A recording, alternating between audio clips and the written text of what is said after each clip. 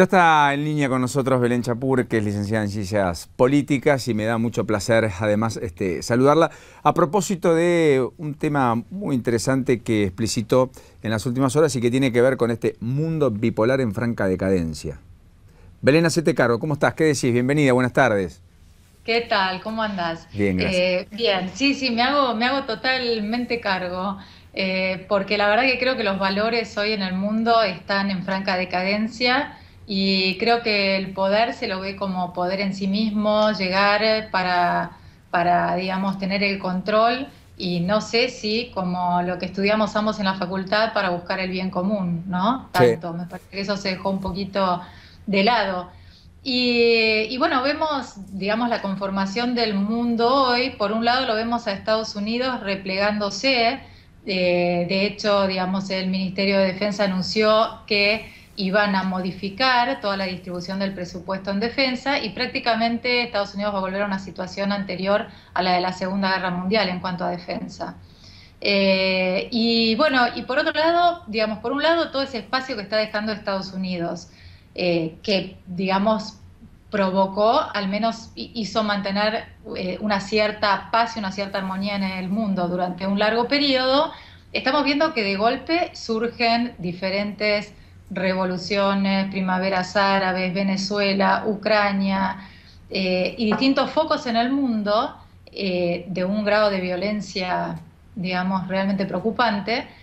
Y vemos que Rusia viene emergiendo sin estar económicamente lo suficientemente fuerte. Así que vamos a ver cómo, digamos, se va a bancar en el largo plazo Rusia, Ujú. toda esta aparición que está haciendo y este querer volver a pararse frente al mundo como una segunda potencia, compitiendo nuevamente contra Estados Unidos, ¿no? Pues sus economías son bastante diferentes. Recordemos que Estados Unidos es la primera economía del mundo, la segunda es China, la tercera es Japón y Rusia está bastante más abajo.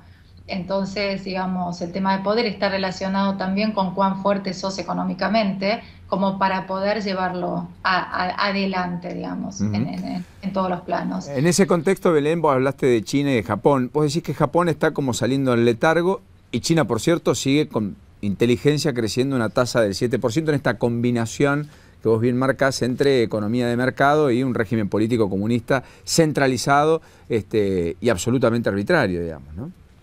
Sí, Japón se mantuvo durante largos años en un estancamiento y vemos que de a poquito está saliendo, que su moneda está, digamos, sobrevaluándose frente al dólar y que se está moviendo, digamos, empezando a mover la economía. Los inversores están yendo hacia, o sea, los inversores hoy se están yendo básicamente a Estados Unidos, Europa y Japón. Por eso también las bolsas a partir de enero en los mercados emergentes se empezaron a desplomar de cierta manera porque los inversores los empezaron a ver con desconfianza, precisamente por esta baja en el crecimiento de China. Que China durante 10 años creciera al 11% y demandara la cantidad de materias primas que esos países emergentes le proporcionaban, evidentemente esto influía en sus economías. Que China baje del 11% a prácticamente o casi la mitad, esto también va a influir en la demanda de China con respecto a esos países y va a hacer que las economías, digamos, se desaceleren y no sigan al ritmo que venían. Entonces, esto hace obviamente que los inversores buscan el beneficio de su capital, entonces empiezan a replegar y van a donde creen que van a obtener los mayores beneficios. Esta es la situación actual del mundo. ¿Y por qué surgen, digamos, todos estos episodios de violencia? Justamente por eso. Vos pensás que el precio del petróleo hoy no tiene nada que ver a como estaba en algunos años, que estaba a $140 el barril, hoy está Ujú. bajo de 100. Este es el caso de Venezuela, o sea, el baluarte y la fuerza de Venezuela estaba dada por esto. Y bueno, hay que ver cuánto tiempo, digamos, más puede durar este régimen que los mismos, digamos, venezolanos dudan de las elecciones porque, digamos, todos sabemos que tienen un sistema de voto electrónico bastante particular, que la Comisión Nacional Electoral está, digamos, en manos de chavistas, que son quienes reciben, digamos, estos votos. Entonces, digamos, estos países se manejan de una manera que mientras las economías están florecientes les da resultado, pero cuando sus economías empiezan a tambalear, Ujú. también empieza a tambalear, digamos, y a aparecer el descontento social. Y por otro lado, lo interesante es China, porque China, digamos, si te fijas, está como bastante al margen de todo esto, o sea, no se está posicionando claramente frente a ningún conflicto, se mantiene en silencio y con un propósito a largo plazo. China está muy focalizada de dónde quiere llegar, y China quiere sacar a la mayor gente, digamos, a la mayor parte de sus habitantes de la pobreza, porque entendió que, digamos, esa es la manera de gobernar, si bien hoy ni por un largo tiempo van a cambiar el método de la dictadura, porque para ellos es la manera, digamos, de poder aplicar una economía de mercado. O sea, ellos creen que si no controlan y no censuran todo, se les desbandaría. Entonces van a permanecer, creo que por un largo tiempo, no creo que veamos una democracia en China.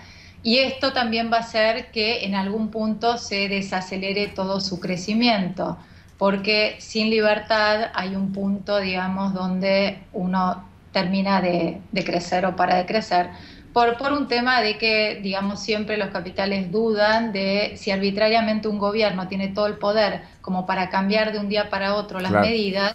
Entonces es como que, bueno, ya no se sienten tan seguros, y ahí está el problema. Correcto.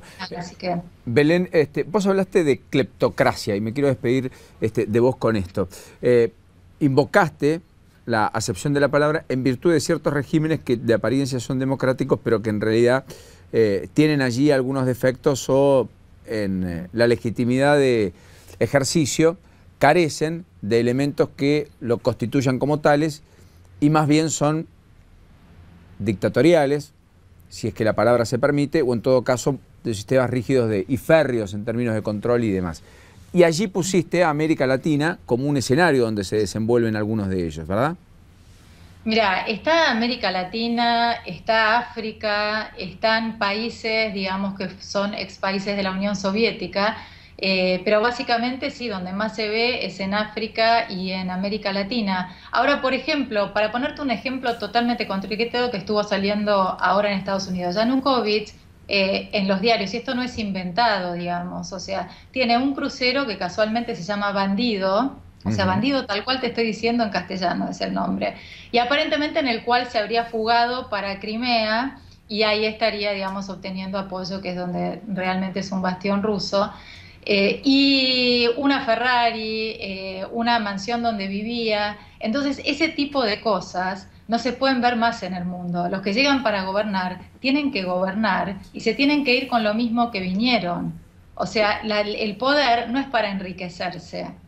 Uno llega a Correcto. una situación de poder para beneficiar a la mayor parte de la población. O sea, acá no se trata ni de ricos ni de pobres, porque además con estos regímenes casualmente los que más se benefician son los ricos, porque se terminan asociando, digamos, lo que se pueden asociar por dinero. Como estos gobiernos son corruptos, necesariamente alguien les paga. No es el pobre el que les paga. Al pobre lo utilizan para que lo voten repartiéndole alguna pizca de plata que les quede como para contentarlos. Pero los que sí pagan, digamos, para hacer negocios con estos gobiernos son los algunos, no digo todos, pero algunos empresarios que se asocian y que terminan haciéndose más ricos, porque obviamente que si yo cierro las fronteras y lo único que dejo producir y entonces no se producía, pero después te digo, producilo vos y te doy todo para que lo produzcas y no vas a tener competencia, y evidentemente te va a ir bárbaro y evidentemente a toda tu familia le va a ir bárbaro, pero no le va a ir bárbaro al pueblo,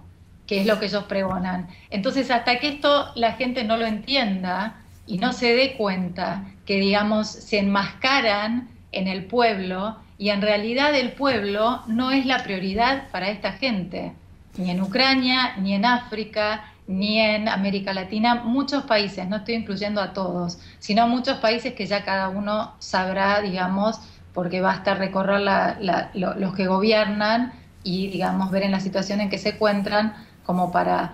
pero digamos, hasta que no entendamos esto y no entendamos que libertad no es igual a que los ricos sean ricos y que los pobres sigan siendo pobres, es todo lo contrario. Un gobierno se tiene que manejar igual que una empresa, pero tiene una sola diferencia: el gobierno tiene la obligación de que todos sus habitantes estén bien y vivan de una manera digna. Entonces, El gobierno tiene todo el derecho a recaudar a través de impuestos. Lo que no puede hacer con esos impuestos es estrangular a los empresarios de tal manera que empiecen a evadir, no los paguen o dejen de producir. Y por otro lado, esa plata que reciben de los impuestos la tienen que reinvertir. Reinvertir no significa reinvertirla en una Ferrari, en sus propias empresas, en repartirle plata a los amigos para que compren las empresas de esos países, sino que significa invertir, reinvertir ese dinero en educación principal, punto principal. Un pueblo no educado nunca va a ser desarrollado. Y la gente de ese país tampoco nunca va a poder votar de la manera correcta. Entonces, educación, seguridad, salud, justicia, esas cosas son fundamentales para que un país funcione. Infraestructura, si un país produce materias primas, pero después no tiene manera de transportarlas y no tiene manera de llegar a los puertos, entonces tierras enormes, como por ejemplo Argentina mismo, que podría producir con semillas que hoy, digamos, están las transgénicas, hoy se puede sembrar en partes que antes eran insembrables, y Argentina podría estar sembrando mucho más de lo que siembra. Entonces es como que si yo niego esa posibilidad, que en definitiva cuanto más producción, a ver, si estoy recaudando impuestos, más impuestos voy a recaudar. Sí, claro. Belén, Entonces, definitivamente más que atractivo. La seguimos la próxima. Nos hemos quedado sin tiempo, pero gracias por este ratito y por tu generosidad.